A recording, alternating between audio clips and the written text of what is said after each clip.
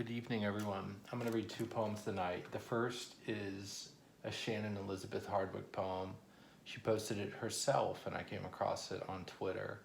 It's called Elegy for My Older Brother Who Taught Me How to Contact the Dead. I remember the door to the treehouse, the Ouija board balanced between us. As one remembers their childhood, telephone number outside a lamppost, lined street of the brain. I remember ascending the ladder to call on Kurt Cobain. I remember your face as a foal on a forgotten farm, folded within itself. It's raining. Somewhere there's a ladder. I will ascend. I will call on the foal. Watch it collect its legs. It's really beautiful. And I like the question, can a poet have one of their favorite poems be his or her own poem? I would hope so. I think sometimes we're too afraid of being like proud or having too much ego, but hopefully we do like our own work. That's a part of why we're doing it, right? We think we have something to say. So I don't know what happened to your brother, but I like this idea of, using a Ouija board with him and first trying to contact Kurt Cobain. That's probably what I would have done too.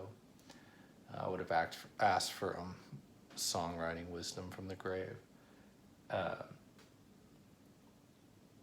But now you would contact a foal, which you associated with your brother.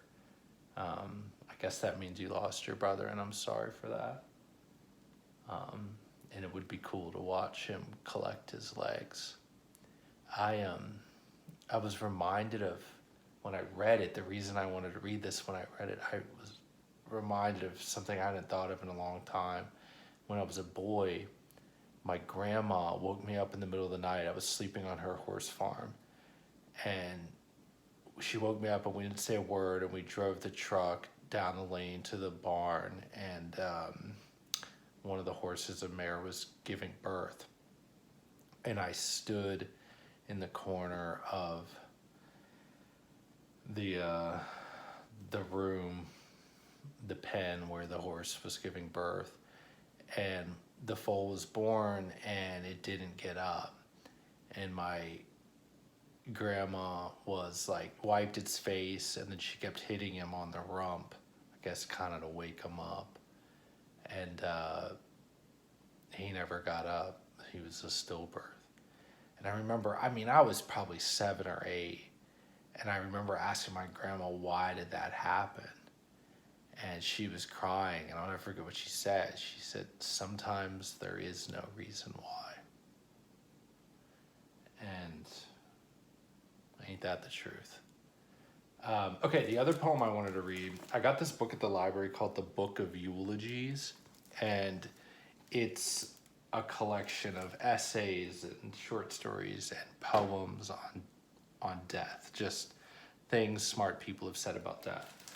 And I really liked this poem called Flesh of My Flesh by Barbara Boggs Sigmund.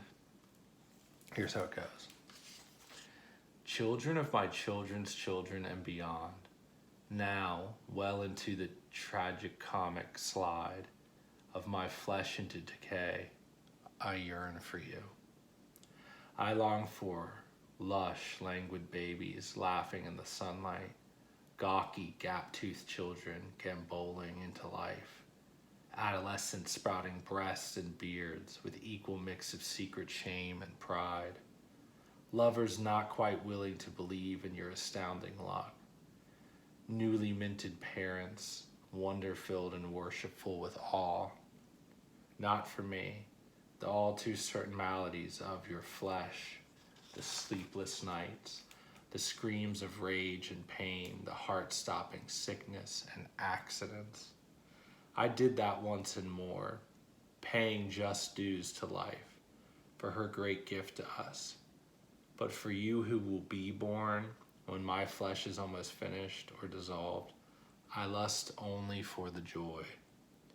And if perchance one of you, courteous or curious or both, should visit at my cool and different grave, it is my passion that you know that as I write to you, I fiddle with the texture of my hair and gaze upon a limpid grove of trees and feel the afterglow of a warm and sunny day, just as you do, my darlings, just exactly as you do.